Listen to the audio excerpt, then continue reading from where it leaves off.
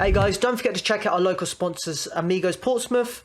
They're open noon till 10 p.m, delivering some of the most favourite Mexican feasts that are available. So if you hit this link here and use the code NJB, you'll get 20% off. Cheers. Cheers. Hello everyone, welcome to podcast number 11, NJB. My name's Terry, obviously I'm here with Mr. Fissenden. We're here to talk about, obviously, the boxing, Ash. First of all, how you been, man? Yeah, not too bad, mate. Busy day, trained this morning, bit of skipping, some sprints. Got boxing tonight, mate. How about you? Good, mate. Yeah, good, really good. Productive day, got up early. Went after it. Wait, you got up early? I got up early, makes a change. Makes a change. I think it was you that inspired me to get up early. How was Birmingham? Oh, it's brilliant. Yeah, shout out to SP Boxing Gym. Thank you very much for taking time and training me over there. I did my first boxing session yesterday in a long time. And I'll tell you, I told you yesterday now how bad I was feeling. My man's getting old. Yeah, easy, mate, easy. So yeah, I really feel, even today, I'm in a bit of pain, but it was good to do it again. Who was the coaches down there? You had Zico. Zico was the coach. He's the one who took time out of his day to do a training session with me. It's good. It's good to see when you go up north, or a little bit up Midlands. They've got some good talent coming through. Up north for us, isn't it? Yeah, it is up north. First of all, obviously a good night last night, wasn't it? Yeah, Chelsea good lost. Night last night. Well, we won, but yeah. I've never seen a man get so upset about football in my life. Have trouble sleeping. No, let's not talk about it. No, let's talk about it. Let's talk about the game. I want to talk about the game. Let's talk about some good things. That was a good thing. That was a cracking game. Mate, did you watch it? I did watch it. So how Chelsea came back was pretty good. It showed great heart to come back and 2-0. Unfortunately, got a goal disallowed as well, Alonso. Yeah, I wouldn't have disallowed it. To be fair, it might have grazed his hand, but nah.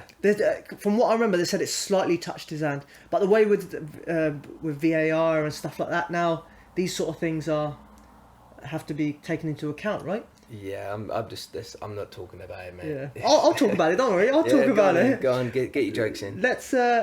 I want to talk about Modric's pass. Oh, beautiful outside the foot. Yeah, mate. He's a talent. Like their average age squad last night was 29 and a half. That was or nearly 30 pretty much. Okay. That was the average age, and yeah, they showed their class. Obviously, we were all over them the whole entire game. They just Benzema free header. Like God knows why no one marked him. He's now knocked out Chelsea by himself and PSG. Yeah, it's just a bit sad. He's stepped up a lot. I mean, credit has to go to him. He's stepped up a lot the last couple of years since Ronaldo's gone off. He actually missed a few good chances as well, which headers, I was so happy about. Yeah. But yeah, it's such a shame. And like Pulisic come on, he's a number 10, and I guess he's a number 10 because when he comes on, it's like there's only 10 on the field because he was useless. He missed 2 good chances. I saw one. Yeah, I was just gutted with his performance, but yeah.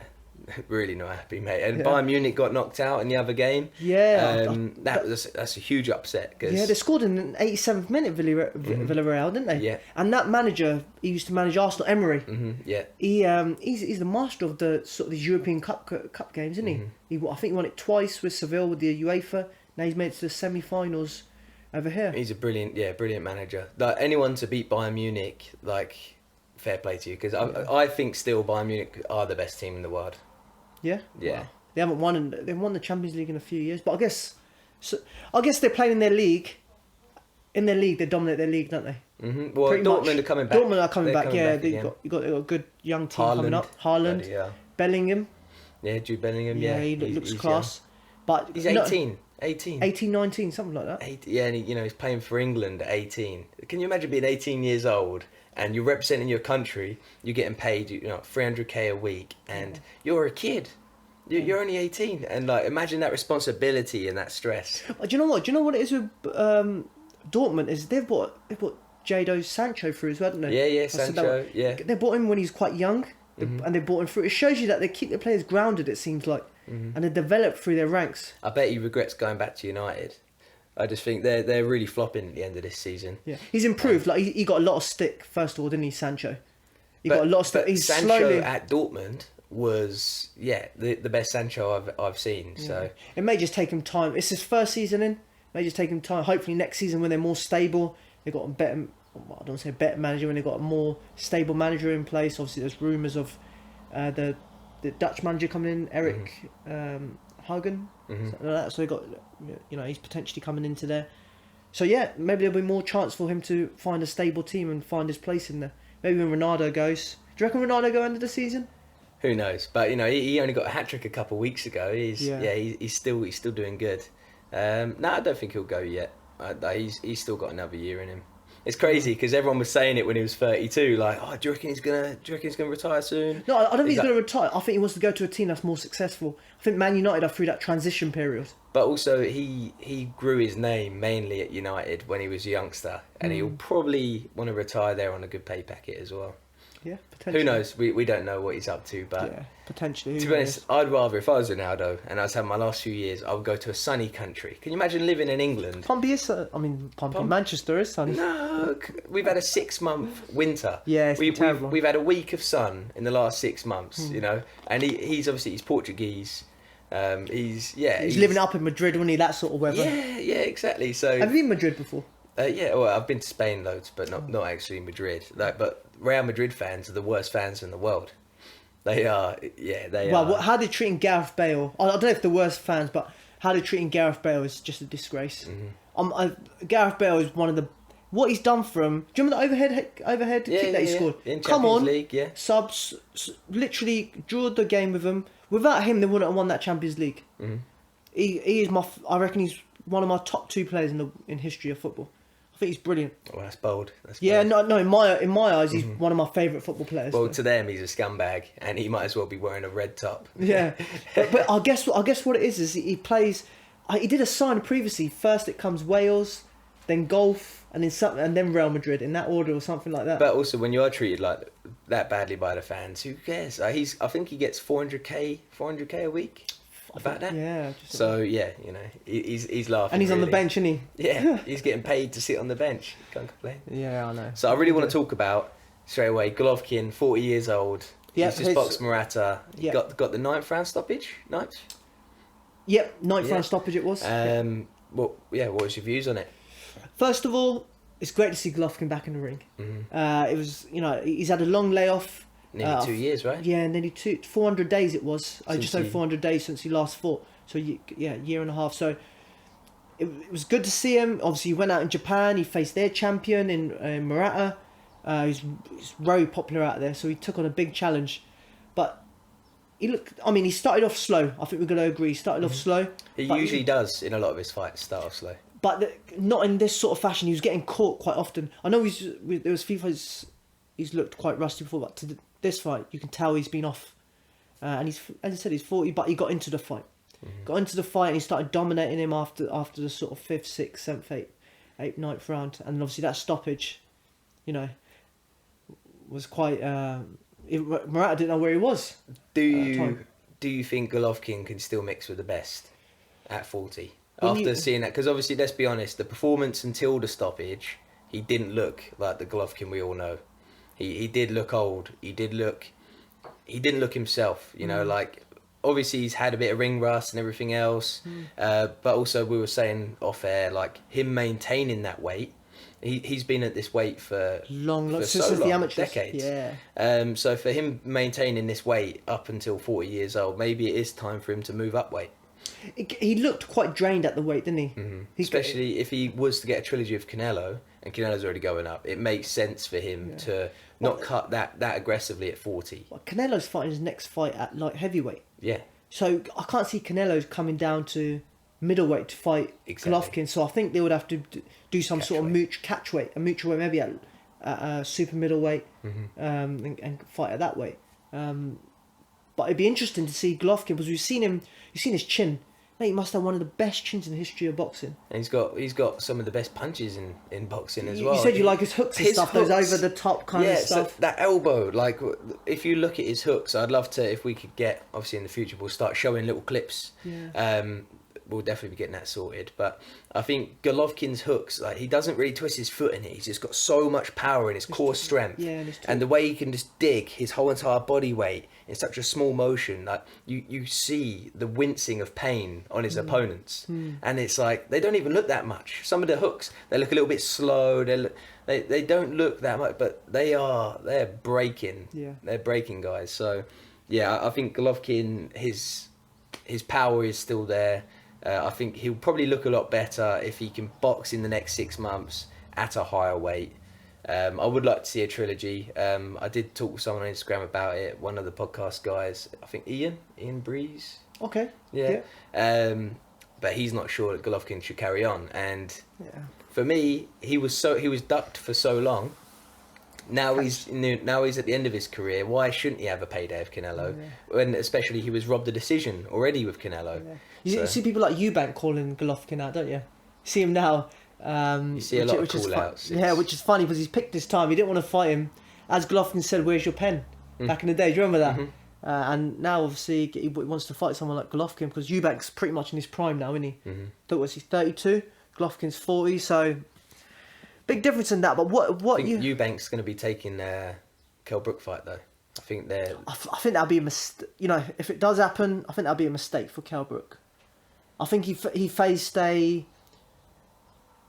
how can I put it, a semi-retired Amir Khan, and he was pretty much semi-retired himself as well. But you know, there's a lot of money there though. I think that's what it is. If you don't want to, thing is, how much does legacy mean to you now?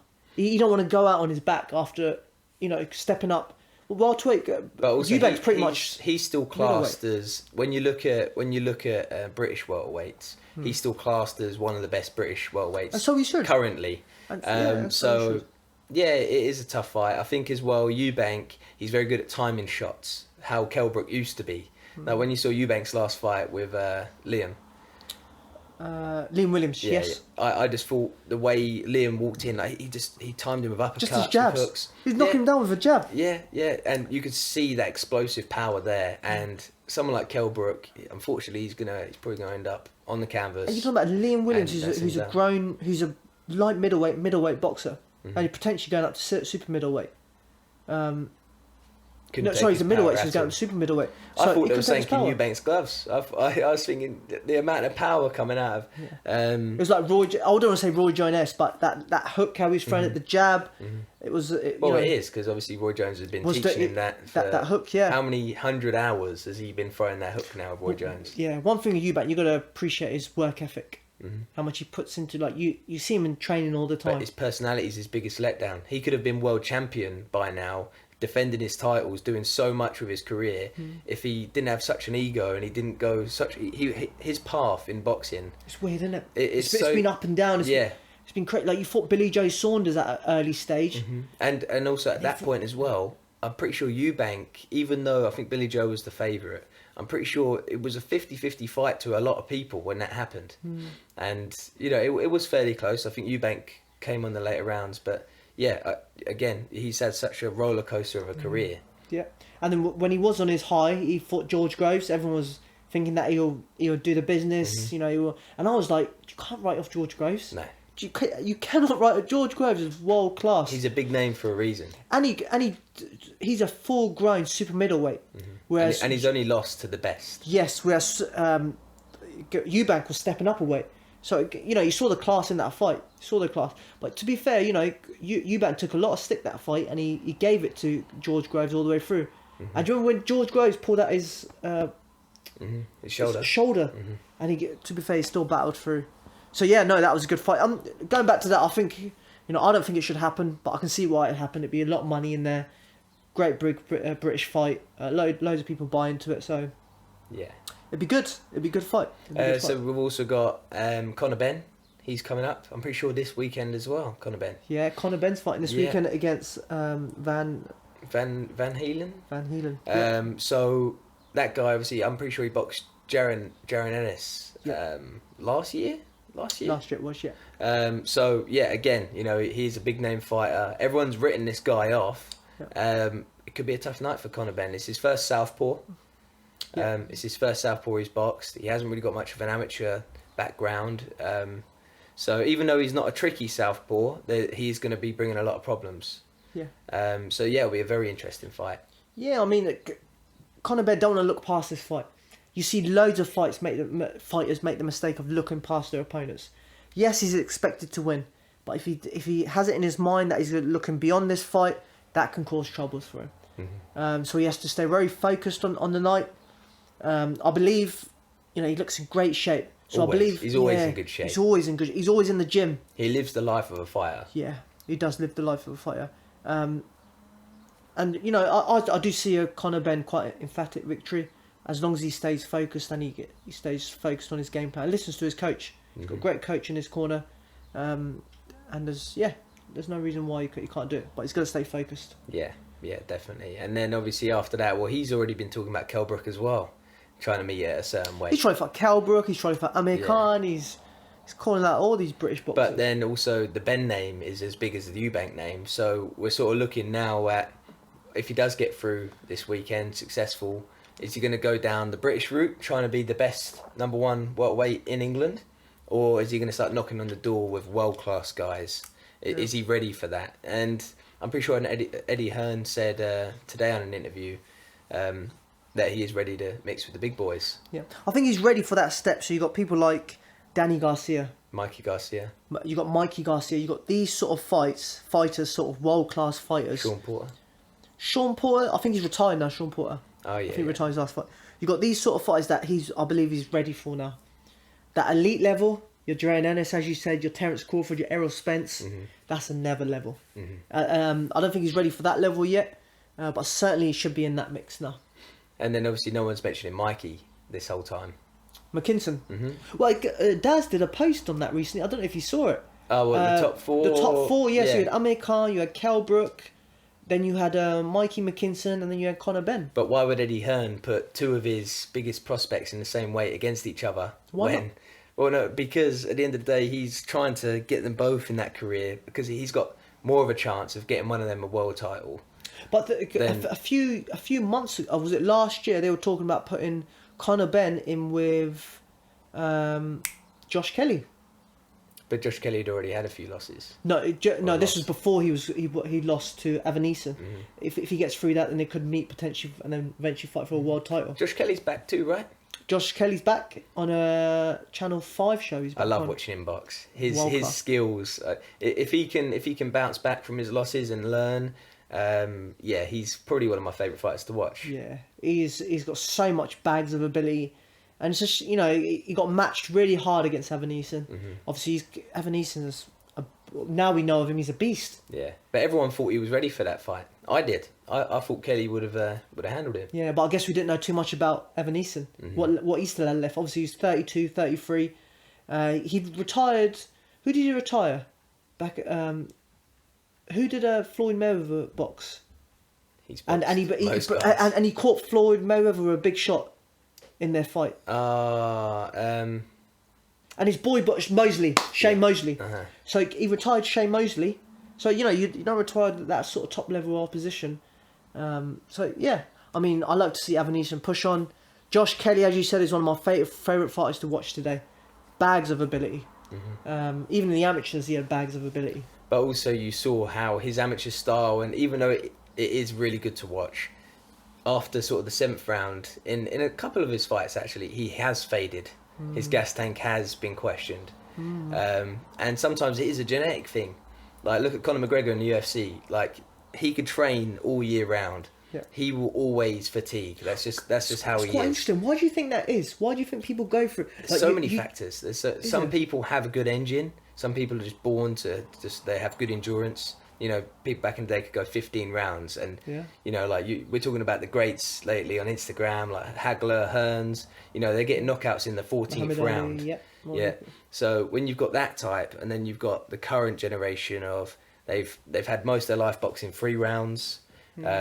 It's just completely different lifestyle. It's a lot more explosive. It's a lot more high intensity, but then you see them always fade. And then championship rounds now, there's less guys that can do that compared to back in the day. I mean, how do you think fighters can condition themselves? Do you reckon it's more mental, or do you reckon it's more physically that people... Having the right path. Like, I think having the right path. So, look at perfect example, Midge Noakes, Frank Warren, 9-0, 9 knockouts now. So he had a 10-rounder. He's had a couple title fights now. He's slowly mixing in with people. But if you look at his pro career already, he's been matched very well. He's boxed some durable guys, some good journeymen, and he's getting to the point where he is going into the later rounds and he is digging deep. So being well matched and training with the right people and putting the rounds in at the end of the day, there's so many factors. That Midge, I haven't seen him fight as of yet. I'm looking forward to watching him fight live when we do go. But on the bag and on the pads, he looks like a big puncher. Mm-hmm. And he's lightweight, am I right? Well, yeah, you can talk on Saturday with Ian Weaver about. Yeah, we can. Yeah, when he comes down. Yeah, so yeah, be interesting. So our next podcast, we've got Ian Weaver coming on from iBox Gym. He's got a great story. So that'll be former the next GB one. boxer. Yeah. But yeah, obviously him being in the gym with this talent, got Dennis McCann, Midge Noakes, you've got Sky there now. She's boxed like 3 times in the last 2 months. Oh, yeah. Since going pro, she's very active. Yeah. But yeah, the talent in that gym, going back to lasting the rounds, if he's having 10 hard rounds in his current gym already, and he's already stopping guys, I think he's It's easy then, isn't it? Yeah. If he's having a good hard round, that's from, I don't know if you've had that experience. When I've had hard sparring in the gym, sometimes the fight feels so easy. Mm-hmm. You're like, mate, this is easy. The fights, I've had harder sparring than this. That's the sort of training you want. That was like in Miami. I felt like after coming off a big fight with Mubanga, and having some hard sparring in the gym with Omar and everyone, I felt like when I went to Miami, boxing that guy, it felt so much easier. Even though he was a great guy, I did feel a lot better. But yeah. So that sort of sparring helped you condition yourself. Banger, you boxed. Mm-hmm. What's his full name? Mubanga Chisanga. Yeah. Is he still boxing? He bangs. Does he bang? Yeah. I think so. I've not seen him lately. He was at the uni. He actually went from boxing at Brighton to Portsmouth, and he started training with Jim O'Wan and everything in the uni. But I don't know what he's up to now. He's a good talent. Who knows? He's mixing with the elites, and yeah, all the best to him. And how about Omar? Is it Omar? Omar, yeah. Omar, yeah. He's a physio. He's doing good.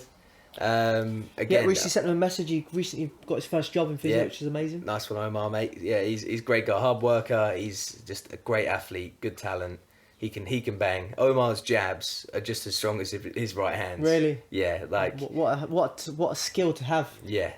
Some people they've just got that natural ability, and yeah, Omar's one of them. Yeah, amazing.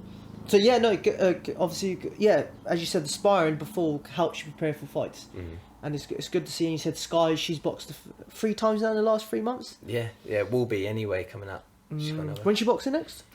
I'm not sure. There's only got loads of things going on right now, so it is soon though. Yeah, so great.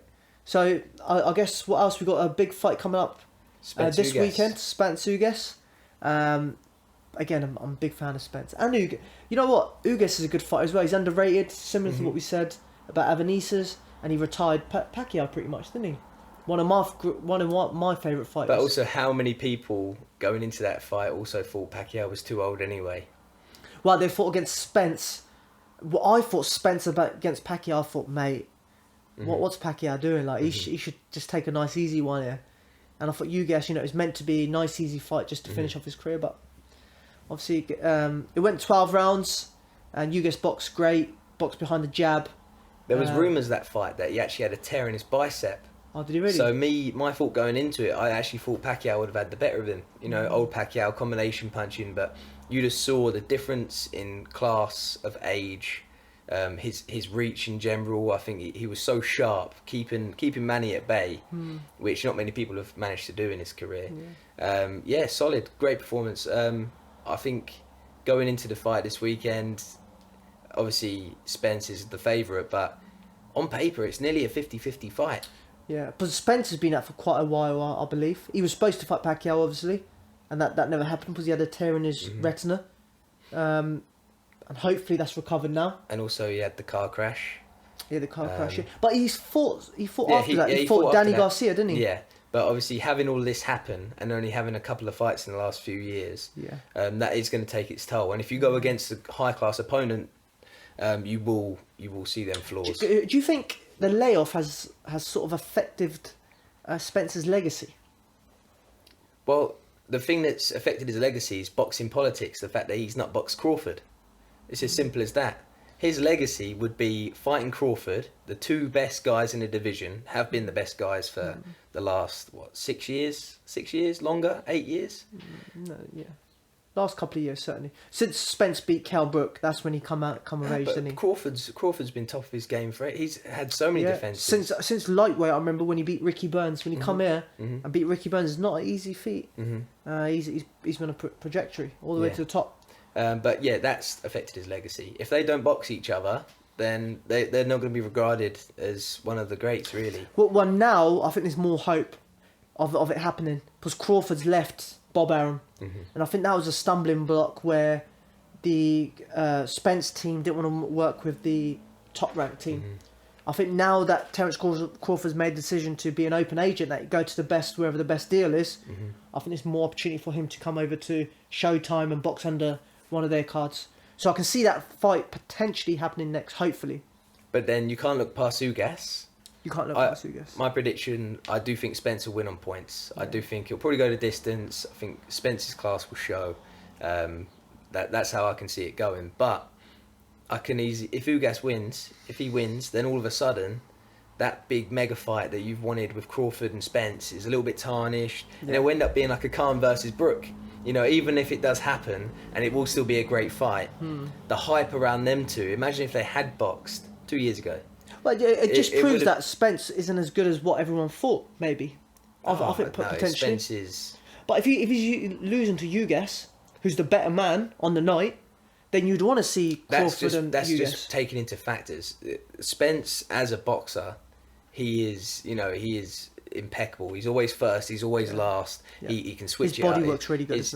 He has everything in his arsenal. But everything that's happened in the outside world with him, that's gone against him, as well as him obviously just coming to the end of his prime, they're all factors taken into consideration. Yeah, it'd be interesting to see how he comes back. It'd be interesting to see what he's got left in the tank against Ugas. If he puts in a great performance, that'll make that Terence Crawford versus Spence fight. I hope so. That'll be massive then if he puts in a good performance. So yeah, hopefully, I'm a Spence fan. Hopefully he gets the victory, and I'll see it going to points as well. I think he'll nick it on points against Ugas. Yeah, I'm gonna get my moan out of the way quickly. So first one, or we got many more to go? Just the one today. Not Just Boxing are here to announce our proud sponsors, ETS. Yep, Eco Technology Solutions, specialise in the repair of laptops, tablets, mobile phones. They help businesses and consumers in the southeast. So if you use the code FIX with Not Just Boxing, you'll get 25% off. The link is in the description. Go check it out. Thanks, guys. Cheers, guys. Cheers. We got the undercard to talk about. Fury Whyte. So again, great card. I'm joking. What card are you talking about? Yeah, exactly that. It's a terrible card. Pay-per-view, you're spending 25 quid for the main event. Let's go through the card. Yeah, let's go through the card before we say. So, we've got Anthony, apologies if I get the name wrong, Anthony Carcaya against Jonathan Romania. Again, two boxers I'm not... Do you want me to read him out? Are you good? So go on. Well, it might be a bit better. Tommy Fury against Daniel... Read the first one out first. Bukiansky. All right, then. Anthony Kakach against Jonathan Romero at super featherweight. Yeah. Tommy Fury against Daniel Bukiansky at light heavyweight. Another bloody journeyman, which Tommy Fury is just...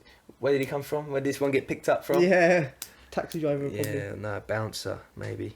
He's upgraded. Yeah. Isaac Lowe versus Nick Ball, featherweight. David Adelaide, fair. Mr. Note, that's quite a big name. But again, he's up and coming. Chris Healy at heavyweight. Kurt Walker against no one even knows yet. Karol Atoma, I tell you what, he's good talent. Very good talent. Yeah, I'm glad that he's got his chance. Against, I don't know who this guy is, Mikhail Kiach. So that's probably a journeyman. A lot of these fights, they're not 50-50 fights. You're going to see a lot of Frank Warren's prospects get easy wins, and then you're going to see the main event. Royston Barney-Smith, great talent. Southampton, is he? Southampton, yeah. Yeah, brilliant talent against, I can't say his name. But again, they're very one-sided fights. You've got, overall... First of all, can I just say, you did a really good job in pronouncing those names, Thank mate. you. Better than me. I'm going to say better than me. I'm going to give you that credit. Saving the fans a bit. Yeah. So, sorry. Go on, what were you saying? No, I just think it's a joke. If Eddie Hearn, so he's talked about it a bit. Of course, they slag each other off. If he was putting on a show with Anthony Joshua, he's going to put on all of the best of his prospects up and coming, Joe Cordina, Conor Benn or whoever. He will have such a stacked card with all of his people because everyone's going to watch Fury Whyte. Yeah. You know, it's sold out 92,000. It's going to have big pay-per-view buys for the main event. But this is your chance to get your prospects out there. Why is Dennis McCann? I know only boxed recently, but why is he not on there? Why is Midge not on there? Why is Anthony Yard? Why is he not on there? Imagine if you had a stacked Frank Warren card on this main event. This would propel Frank Warren's events in the future. Like, all of this talent, they deserve to have this stage. To box at Wembley, he's got so many guys not boxing there that deserve to be boxing there, but maybe he spent too much on the main event. Maybe it's cost a lot. Yeah, I think you hit the nail on the head. I think, you know, he's got good young talent, very good young talent. You've got Mark Chamberlain, some of the Midge, all these boys that you said, they should be given an opportunity on the card. Obviously, if it's to do with money, then if it was me, I would say, right, how much are you offering? Don't worry, get me on that card. Because imagine if, you know, I'll take 10%, 20% less on my pay. But imagine how much my name would go out there. It'd be more 50% less, probably. Okay, 50% less, one fight. It won't be no one, you know, I don't know, maybe a 50-50 fight. Even if I take 50% less, but imagine how much my name would be out there. You'll have 94,000 people potentially watching my fight. You'll also have all the people on TV watching my fight. All people around the world. Your Instagram following, your people, you know, you put on a good performance. People want to know more about you. Want to know who's this boxer, what's his record. You know. This is Frank's biggest show in so long. This should have been, and he's. I'm hoping it's Frank's. You know, it's down to Frank who chose on the card. But as you said, Anthony Yard's waiting for the unification winner. But that fight's in a couple summer. Months. That fight's in the summer. So Anthony Yard's gonna wait till November, December. Why is Anthony Yard not boxing this weekend? Next weekend. Yeah, so he's going to be out for 6-7 months until he fights next, just because he's waiting for a world title. Again, this could be an opportunity for Yard to get an easier fight, which he's had most of his career anyway. Which he's had, yeah, he's been matched really well. But so is some other fighters, as you said, Conor Benn and stuff. But this is his opportunity to get out there, get his prospects out. You know, pay a little bit more, because eventually you pay a little bit more on the return. You'll get the money back in a few years' time when these people are earning you a lot more money. Yeah. That's how you get your money back. And that's how Eddie Hearn does it, and that's what you have to give him prompts for that, because he puts on his breast talent. Do you remember the Groves and Froch card on Anthony Joshua on the undercard? Stacked, yeah. You had James DeGale on the undercard. Joe Cordino. That was for eliminator fight, wasn't it? I don't know which. Oh, the George the DeGale one. Yeah, that was for eliminator. Yeah, that was a good fight. That was a really good fight. I remember he stopped him in the 4th, 5th round or something around that. So yeah, I think he's potentially missed a trick here, and I think he's gonna I see that undercard. It doesn't make me want to buy the card. It doesn't. You know, I'm a boxing purist who enjoys his boxing. I want to see a great undercard, and then I want to see the main event fight. So, you know, it's possibly put me off buying that fight. I would have to buy it anyway. So we can talk about. No, you'll probably just watch highlights the next day. Maybe. maybe. Yeah, it's such a shame. I think if Frank had done it right and had some of his prospects coming on, because the amount of Americans that you're gonna have watching, because of Tyson Fury, he's big out there. This is an international card, even though it's at Wembley. You can have a lot of spectators around the world. Yeah, America love Tyson Fury, don't they? Yeah, but if you look at most Frank Warren shows, if you're going to the Copper Box or whatever, it's not got that world coverage. This fight has that. Yeah, you've got the whole world watching, and you know you've got your fighter Anthony Yard waiting in the summer for something. Like, come on. Yeah. So enough about that. That's the rant done. How about the main event? Hopefully, obviously, the fight's next week. Hopefully, Dillian Whyte turns up and does his media obligation, because I really want to see Dillian Whyte. I want to see him put it on Tyson Fury and see. He's doing some media now. I've seen some training clips and stuff. Yeah, I think maybe his sponsors are doing whatever, but yeah, he's doing a bit of film. He looks in good shape. Looks in very good shape. Well, he has to be. A lot of high intensity work. He's looking explosive. Stars make fights, and like we've said a few times now, Dillian Whyte's got that knockout power. It's at the end of the day, he has got enough to knock out Fury. It's just whether or not he gets that opportunity and what Fury turns up. Yeah. We've seen in the past what Fury, it could be an up and down Fury, but I think he's going to be up for it, Fury. And he would have to be, because Dillian White's like he's going to be ready. He's going to give it everything. Dillian White, what he brings. Just depends what Tyson Fury turns up now. But I'm expecting the best of Tyson Fury to turn up. And the winner of this will probably be having the winner of AJ Usyk finally. Yeah, finally that fight would happen. Yeah. Unless, I don't know how it works in the contractual agreement, but potentially... Rematch clause? Yeah, whether there's another rematch clause probably in the Probably only for Fury. And then the rematch clause is already happening for AJ. So I don't think that'll be a thing. Yeah. Yeah, I think you're right. Going on to the AJ Usyk thing, so potentially that's in line now.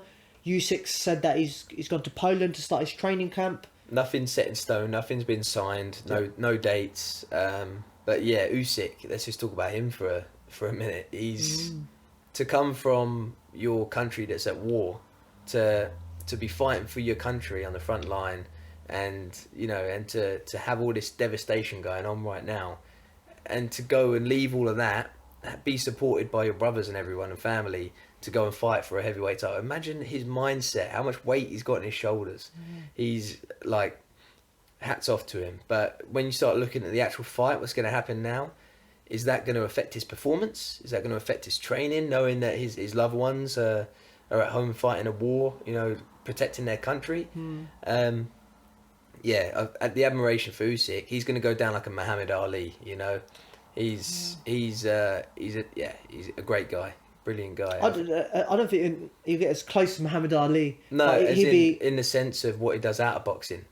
To be protecting your country, to go off and do this, and to put Ukraine out there. Like, he's fighting for his country in the ring as well. He always has done. When he's represented them in the Olympics and winning his world titles, he's always got that Ukrainian flag. He's everything he does. Same with Lomachenko. Yeah, same with Loma. Same with Loma, yeah. Yeah. And obviously he's got the support from the Klitschko brothers, which is great. So we've just mentioned there some of the best names in boxing, and they're all from Over the last 20 years, those Klitschko brothers have dominated the heavyweight division, haven't they? And now, over the last 5-6 years in the pros, Lomachenko, Usyk have both dominated. But you're right, a lot of mental strain, and it can go two ways. You can get the Usyk that be determined and wants to put on, wants to show all the strength that Ukrainians have got, or it can be the emotional Usyk that fights on emotions and that wants to do it that way, which is not the best way to fight someone like Anthony Joshua. Can he stay focused for 36 minutes? Well, he's done it before, but with everything going on, can he stay focused? That's the key. That's the thing that we need to now see, whether he can stay focused. But if you see, he's had over 100, 200 amateur fights. He's undefeated. Having a war going on in your own country, it's different, isn't it? Yeah, with your family. We can't even imagine. Look how lucky we are right now to have the freedom to do this podcast. Touch wood, it stays like that as well. Yeah. It's we're so blessed with everything that we've got going on. For him to have everything taken away right now, and it's that mental strain. It's going to make or break him, isn't it? Yeah. So we'll see what he brings. But you're right. That same sort of impact he can have of someone like Muhammad Ali, who actually didn't go out to war because he didn't believe in what was happening then, right? Yeah, because that was different though. Because obviously Ali, it's not like people coming to America shooting his family and his children and his, it was very different, the war back then compared to.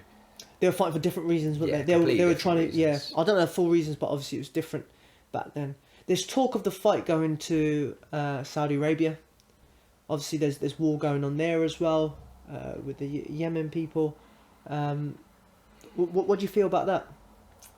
I hope it's in England. Yeah. I hope it's in England just for the fans, for everything else. I think it'll be. It belongs in England, this fight. I think the world title fight should be here. I think Saudi is good money for them both, but money's not everything. And for AJ to possibly be 3-time world champ, to do it in your own country where you've got your fans, that makes sense to me. Like, I'd rather earn, obviously it might be different, but my mindset would be I'd rather earn half the money and box in front of all my fans, all my people at the end of my career. Because AJ's got what, 2 years maybe, if you really want to look at his age now. Goes to 36, got a couple years. How old is he? Is he 32 now? 33? 33 coming up probably. Yeah, in October his birthday is. Yeah, he's only got a few years, so boxing in Saudi for the second time and then possibly a third. It's not the same. Yeah, you're right. He won that second world title over in Saudi Arabia, didn't he, against Andy Ruiz? I think from Usyk's point, I mean, Anthony Joshua, you see, he's a businessman. He just wants to go where the money is. You would suspect he doesn't care if he wins a third title in Saudi Arabia and stuff, which is fine, which is no problem. But I think for Usyk, it'll be more of an effect to, spread the Ukrainian word about him promoting Ukraine and what he wants to do if he did it in the UK. It'll be more. I think the noise, the voice, what he says will be more echoed around the world. So I can see it happening in the UK because Usyk wants it in the UK. And I can see it being huge worldwide pay-per-view because everyone's going to see a Ukrainian soldier and heavyweight world champion go and fight. So yeah, I think around the world everyone's going to tune into that. Yeah. I'll definitely be watching that one. Oh yeah, no doubt they have an unbelievable undercard. Yeah, I would pay any amount to watch AJ Usyk.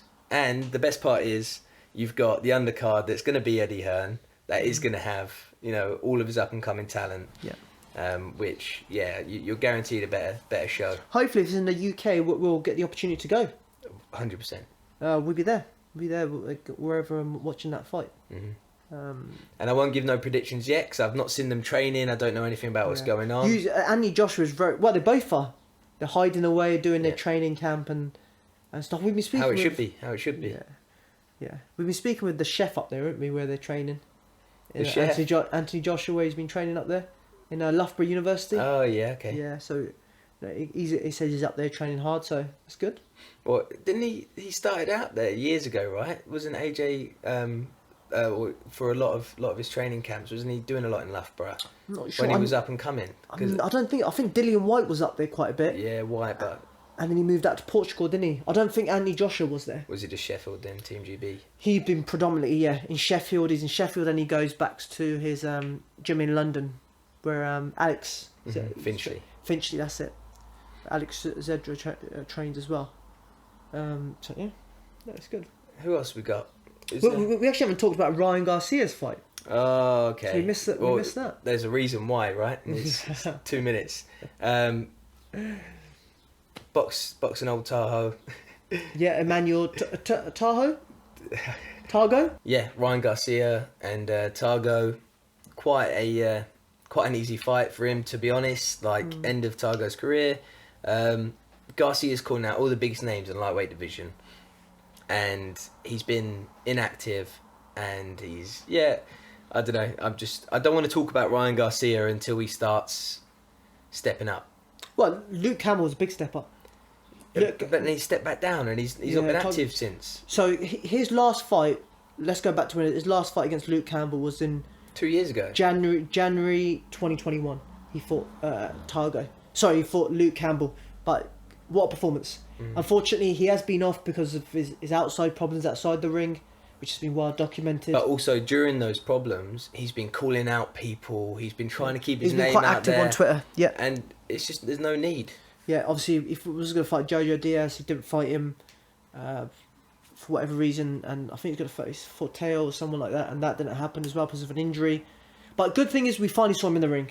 Let's look at the positives. We finally saw him in the ring. His first fight in, as I said, since Jan 2021. Yeah. His first fight under his new coach, Joe Guzan. So he had a lot of things to try and change or get used to again.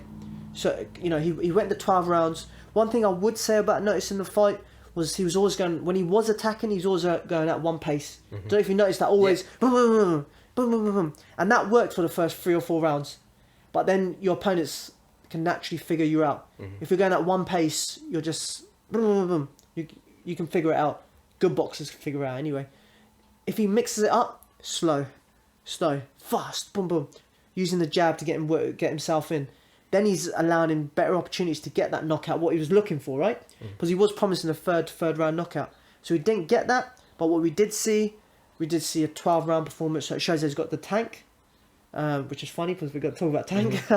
And he shows that he's got heart and bottle to get through that. He's still hungry for to be successful in this sport. I think he's still got a lot of flaws, and he's got a long way to go to even be mentioned with the top 5. He reminds me of lightweights. Amir Khan. I don't know what you think. He leaves As in, he's very fast, but then he leaves his chin in the chin air. out in the open, yeah. Yeah, And go against a good fighter, they'll expose that. Unfortunately, Tank would knock him out in 6 rounds. 100%. I like Ryan Garcia. Yeah, no, I like him. I like his style. I like his speed. I like a lot of things about him, but he's not boxing the names that he's calling out, and he's been so inactive and inconsistent that it's pointless putting him up there with the big names yet. You've got Kambosos against Devin Haney. You've got Tio moving up. You've got Tank versus Rolly. If you want to talk about Tank as well, why is he fighting Rolly? I think that's more of a Money fight.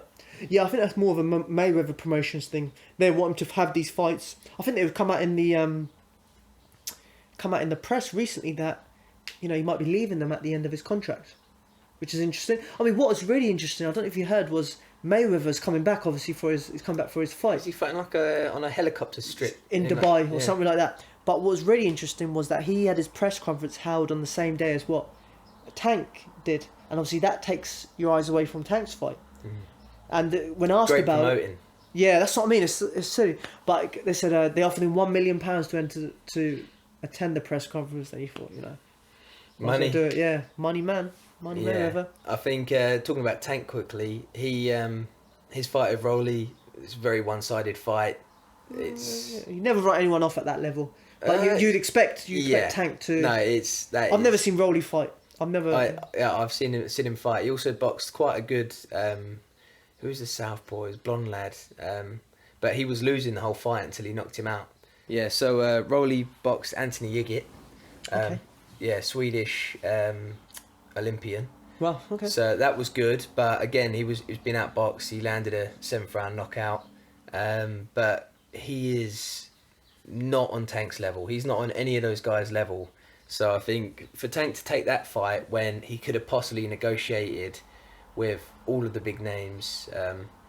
Is the fight happening at lightweight? It's not exciting. Is it happening at lightweight? I think so, yeah. I think so. I think he's moving back down because obviously he moved up and beat David Barrios. Yes. But I'm really hoping, obviously you've got Haney Kambosos, amazing fight.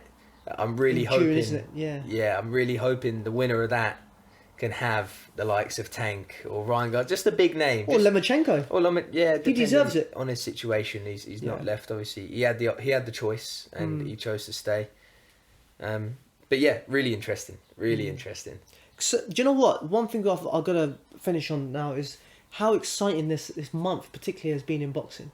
We've had Ryan Garcia on a Friday night. No, so we had GGG on a Friday night. Then we had Ryan Garcia on the Saturday night. This week we got Conor Benn obviously coming up, and then we got Spence and Ugas. Next week we got one of the biggest British fights in Tyson Fury and Dillian White. And then the following week... And don't forget Tommy Fury. Sorry, mate, you're the one who you look up to, Tommy Fury. And then you've got... Best light heavyweight in the world. Is he cruiserweight? Light heavy. He's boxing at light heavy. Oh, is he boxing at light heavy? Okay. Yeah, so as you said, best lightweight, light heavy in the world. And then you've got, obviously, the final week, Taylor v Serrano. And you got the big one against Ortiz and Stevenson. Yeah. Stacked. The next how 4 great weeks. is boxing right now? And hopefully it continues like that. And There's so much money going into boxing. boxing. Canelo Bivol. That's in May. Yeah, but May still, 7th, that's next month. Yeah, so that'll be a huge fight. I'm looking forward to that. I'm looking forward to that. What's your feeling? Just to finish on, what's your feeling on potentially if Canelo wins now, this fight, then it's pretty much signed for Canelo versus GGG. Yeah, that's what Hearn wants. That's what Hearn wants, and I don't know. It'd be interesting. I know we touched base on it to start with. Why not? If they meet at super middle or meet at a good enough weight, and Golovkin obviously, if this happens in the next sort of 6 months, we'll see a better Golovkin, especially if he knows he's training for Canelo. He's already boxed him twice. He knows what he's about. He's, you know, their styles are so exciting to watch when they come up against each other. Yeah. That even if Golovkin's 40, you're gonna see fireworks. And he's got such a good chin that, yeah, we'll see what happens. I think Hopefully he hasn't faded. One thing you didn't notice in the Murata fight, and I didn't actually say it earlier, was I noticed how hurt Golovkin got when Murata went to the body. I don't know if you noticed that. He was getting caught early onto the body. And you know Canelo's a... You know what I mean? Like, he's a dirty body puncher. I think it's more inactivity that I want to say. A lot of fighters will say before going into big fights, you need to train your chin, you need to train your body to have that impact. And for him being out for so long... But you've said yourself, as you get older, the body isn't as strong as what it is. And yeah, look at his record. You know, he had however many 100 amateur fights. 300 odd amateur fights, I think. He's had really, really hard fights with Canelo and whoever else. So, yeah, it is going to take its toll. So it'll be interesting. Well, finishing up, obviously we're now a limited company, not just Boxing Limited. So we've got very big news coming up. We're going to be selling lots of clothing, lots of boxing gear. We're going to be working with a lot of the amateur gyms around the circuit. We're going to start looking at sponsoring some fighters. We've got big plans this year. Big plan. We won't say them all now, but any fighters, any clubs interested in, you know, need sponsoring or want to, you know, get in touch, please get in contact with us on our Instagram page, Not Just Boxing, and we'll be, you know, looking forward to hearing from you. Cheers, guys. Thank you very much. Thank you for listening, guys. Thank you. Take care.